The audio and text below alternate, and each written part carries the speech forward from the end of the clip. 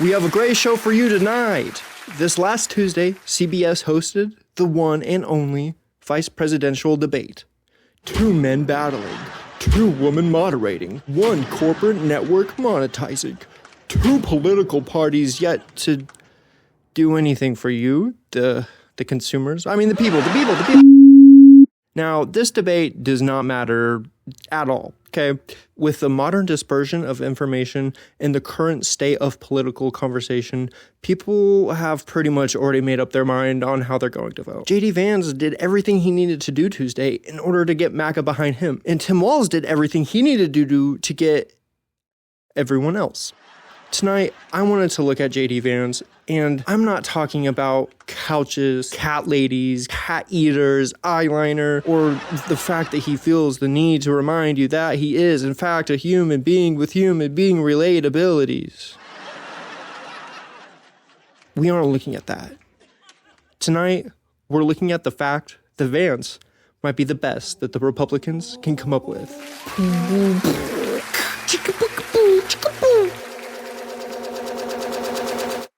Let's remember, however, that the reason Donald Trump picked Senator Vance was because he had just got a huge bump in respect for catching a bull. Which the day after Biden dropped out and the news cycle moved on, and it was no longer politically convenient. He literally took off the bandage and exclusively participated in interviews with that fucking ear in the center of my 4K TV with no stitches, staples, or scarring.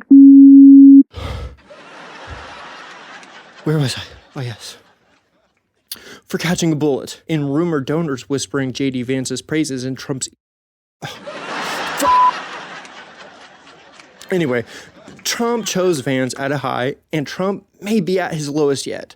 And with all political bullshit aside, the only reason Senator McConnell doesn't Pelosi Trump is because the GOP still thinks that they can win and push their political agenda. Trump needs the Republican Party just as much as they need him. And I hate to call it this early, but if the Democratic Party continues doing what they've been doing the last 8 weeks, and the Republican Party keeps doing what they've been doing for the last 8 weeks, we may see this same exact debate again in 2032. Why do I say this? Because there isn't one election that I can think of where a candidate this extreme actually won. And also, the Trump-Vance ticket hasn't done a single thing that isn't simple positive affirmation and confirmational bias for their ever more narrowing, it's getting late and I've seen this one before, MAGA base. Senator Vance is in a pretty similar situation as Vice President Kamala Harris. Harris can only have the same packaging as the Biden-Harris administration.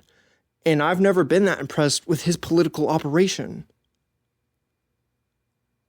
Oh, sorry. No, I was just doing my daily quotes of former House Speaker Nancy Pelosi so that Donald Trump would never step foot in the White House again. Oh, damn it. Where am I going with this?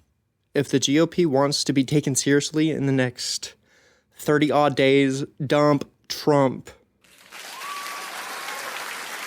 I'll hand it to JD Vance. Even though he did not win this debate, he did do really, really good. And for a moment, I thought he might just cut a deal with Trump's donors and maybe a deal with the RNC and just become the candidate. Because if the Democratic Party is legally allowed to just not run Bernie Sanders in 2016 and 2020, the RNC should be more than welcome to swap JD Vance out at the head of the ticket. Because the real reason JD Vance did not win that debate was he is shackled to a sinking ship that is Donald Trump. And oh no, he will lose, no doubt. No, he'll go out with honor and dignity, yeah, but he also has a way better chance, even among Republican populists, let alone swing voters. Kamala Harris can only stray so far from Biden in her campaign issues. And I mean, she is his number 2 right now as we speak. And that's kind of a problem for Harris. Some people don't have the fondest recollection of the past presidential term on the economy or his foreign policy. Why do I say these things?